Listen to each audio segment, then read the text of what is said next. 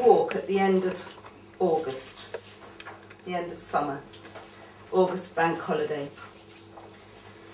We walk into the valley, down steps cut in the hillside to a soft chalk path, just the two of us still together, as grasshoppers sing, flowers hum with bees, sheep bleat on the fast slope. We climb through shady woods to the top of Box Hill, hot in our jeans, wishing we'd worn shorts, and flop in a heap on the grass with others, lazing round the viewpoint.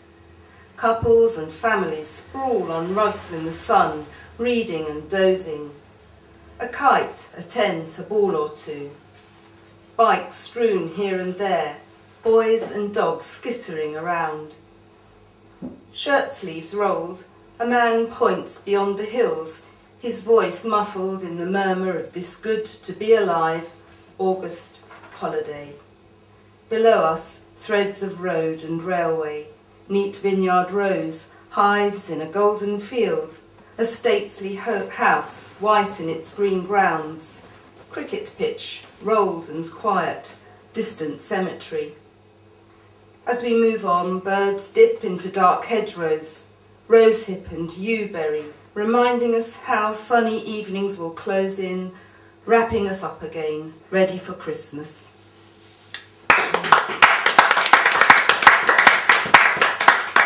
And another short walk poem set in October called Ladybirds. October on St. Catherine's Hill above Winchester, heads bowed in conversation, unaware we trod a flight path, dark swarms closed in behind, smothering us. As we flicked them from our hair, some tumbling like rubies inside our shirts, still more arrived till we ran, flapping to release them, our laughter setting us free in a loveliness of ladybirds.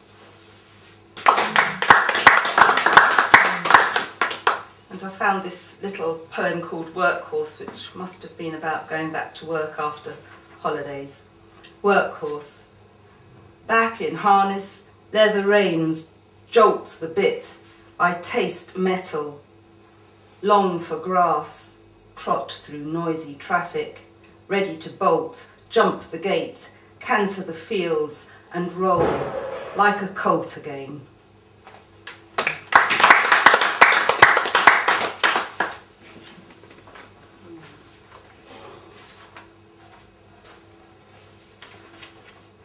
Another sort of after the holiday poem I've got is about Mountain Ash, a mining valley in South Wales that my father came from, and we spent all our summer holidays there and rode horses and ran around in the countryside around the mining town. And I haven't got any relations at all left in Mountain Ash now, but the last auntie who was alive used to write me letters and cards, and this is a letter from Mountain Ash. Funeral's over. Now that I've cleared Megan's flat, keys go back to Warden. Took some flowers up, the mountain thick with mist. Left the grave tidy. Kept some things of hers, so you must take a vase or brooch next time you stay. You kids from London loved running down the valley singing our Welsh songs. Only me left now. A big family we were here in Mountain Ash. This rain never stops. I miss my coal fire's flicker. Must call chimney sweep. No more for now, dear. Hope you can read my writing. Drat these cataracts.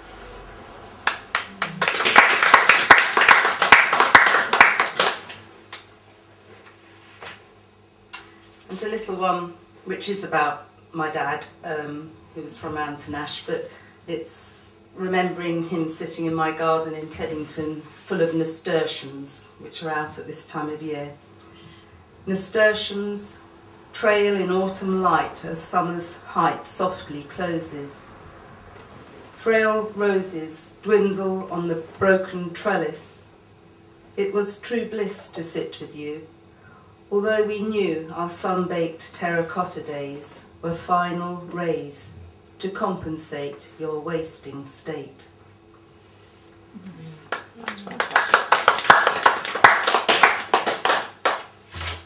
Meanwhile, the other parents, my parents-in-law, were still fighting fit and very elderly, and I wrote this poem, Wine and Jam, about their ability to meet the challenges of old age.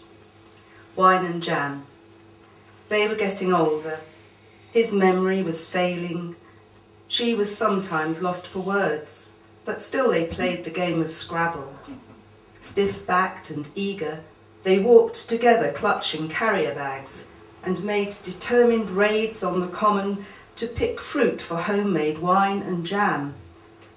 From the first ephemeral elderflower to the warlike barricades of bramble they foraged, until wine bubbled in the demijohns and jam set slow for mealtimes, sweet as honey.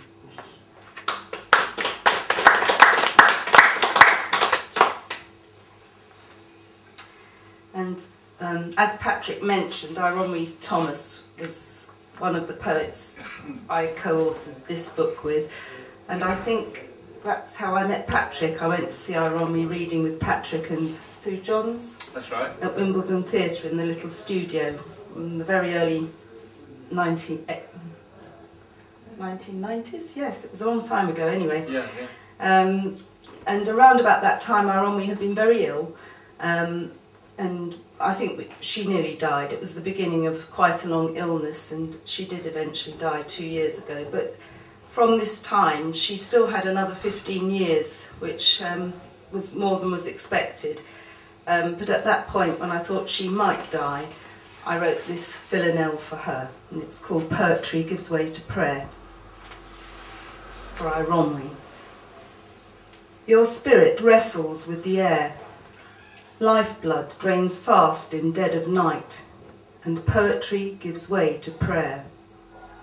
Wage battle in intensive care. Machines and tubes invade your plight. Your spirit wrestles with the air, as fragile flesh fails unaware. Words have no say, eyes have no sight, and poetry gives way to prayer. Whatever injuries you bear, the craft of words is your delight. Your spirit wrestles with the air, survivor of a legend's glare.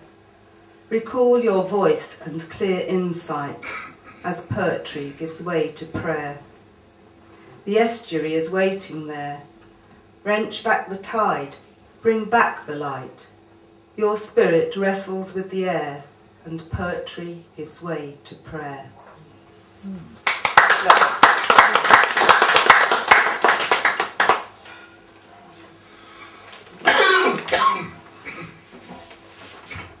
At this time of year, when it's so horrible, I wonder how a lot of my friends who come from warmer countries can bear it here, because I can't. And it just, I just watch them and I see them trying to adapt to this culture.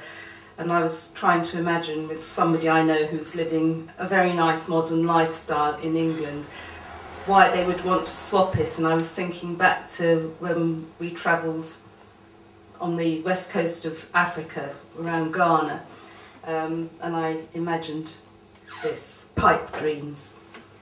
At last the builders' vans have gone, leaving her shaken to the bone, with a luxury bathroom fully tiled, best chrome fittings designer style, stainless steel kitchen, pans and kettle, a pristine display of polished metal. To soothe her nerves, she pours peppermint tea from a porcelain pot and slips outside to a shaded spot. She's so thin you can see through her skin to her dreams, where she walks barefoot on dusty streets, half dancing to the reggae beat, through a haze of fabric, fruit and flowers, plantain cooking on roadside fires, down to the beach where fishermen sing, hauling their nets as the catch comes in.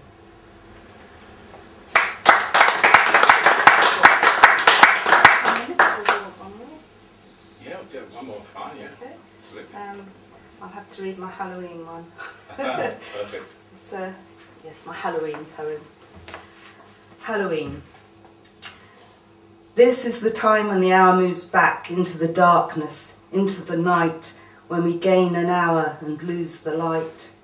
Now is the soggy, slippery time, when the scarecrow slumps, and like it or not, the pumpkin rules the vegetable plot. With jack-o'-lantern carried home, face carved and gouged for candlelight, the children shiver with delight. Protected by a hollow grin, they hide their fear to trick or treat for oranges and sticky sweets. Drawn night by night to the golden glow, their lantern sags, the young ones weep when it's tossed outside on the compost heap.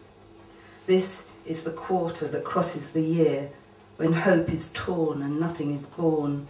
This is the time we quietly dread, the night we remember the dead.